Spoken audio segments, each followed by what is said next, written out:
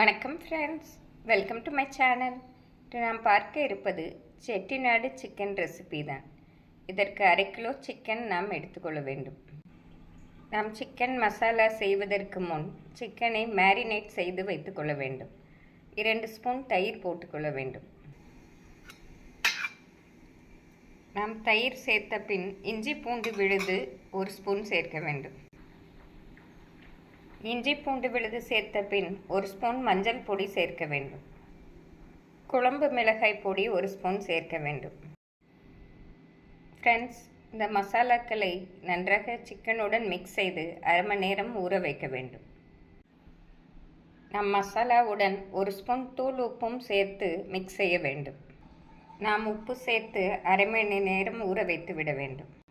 நாம் மூடி போட்டு வைத்து விட வேண்டும். ஃப்ரெண்ட்ஸ், நாம் செட்டிநாடு சிக்கன் செய்வதற்கு கடாயில் 2 ஸ்பூன் மல்லி வறுத்து கொள்ள வேண்டும். மல்லியுடன் 1 ஸ்பூன் மிளகு சேர்க்க வேண்டும். பின் பட்டை 1 துண்டு சேர்த்து கொள்ள வேண்டும். 1 ஏலக்காய் சேர்த்து கொள்ள வேண்டும். 2 கிராம்பு சேர்க்க வேண்டும். இதனுடன் 1 ஸ்பூன் ஜீரகமும் 8 காய்ந்த மிளகாயும் சேர்க்க வேண்டும்.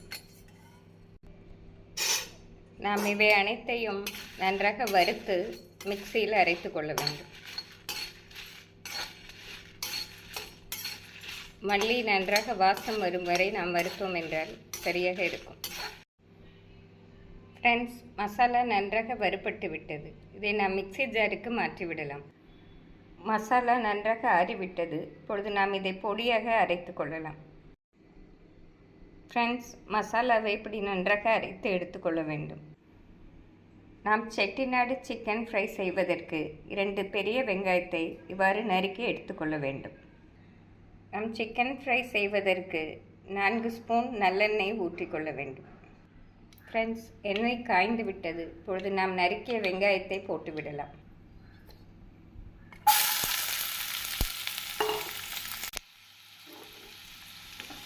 நாம் வெங்காயம் வதக்கும் போதே அதற்கு தேவையான தூள் உப்பை சேர்த்து கொள்ள வேண்டும். வெங்காயம் மிக விரைவில் வதங்கிவிடும். வெங்காயம் வதங்கும் போது சிறிது கறிவேப்பிலையும் 2 பச்சை மிளகாயும் சேர்த்து கொள்ள வேண்டும்.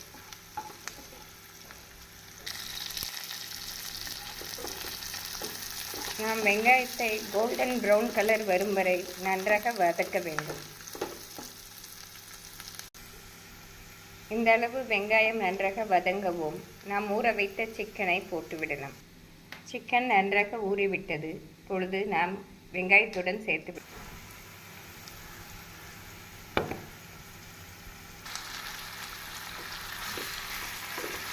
சிக்கன் சேர்த்து நாம் வெங்காயத்துடன் நன்றாக மிக்ஸ் செய்ய வேண்டும்.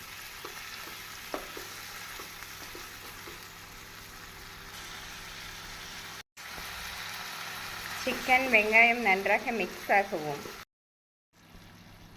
ஃப்ரெண்ட்ஸ், இப்பொழுது சிக்கனை மூடி போட்டு மிதமான தீயில் 10 நிமிடம் முதல் 15 நிமிடம் வரை நாம் வேக வைத்து எடுத்துக்கொள்ளலாம்.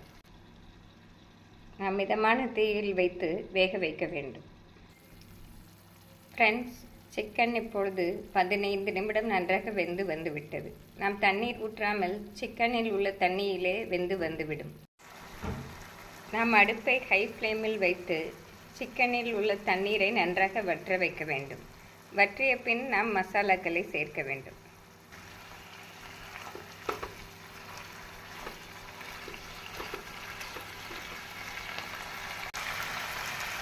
ஃப்ரெண்ட்ஸ், தண்ணீர் நன்றாக வற்றிவிட்டது. இப்பொழுது நாம் பொடித்து வைத்திருக்கும் மசாலாவை இதனுடன் சேர்த்து விடலாம்.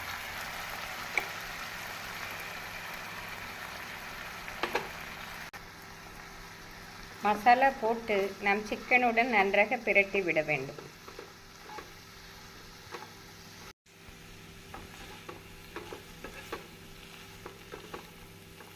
நாம் மசாலா போட்ட பின் மிதமான தீயில் 5 நிமிடம் வைத்து இறக்கினோம் என்றால் அருமையான செட்டிநாடு சிக்கன் ரெடி.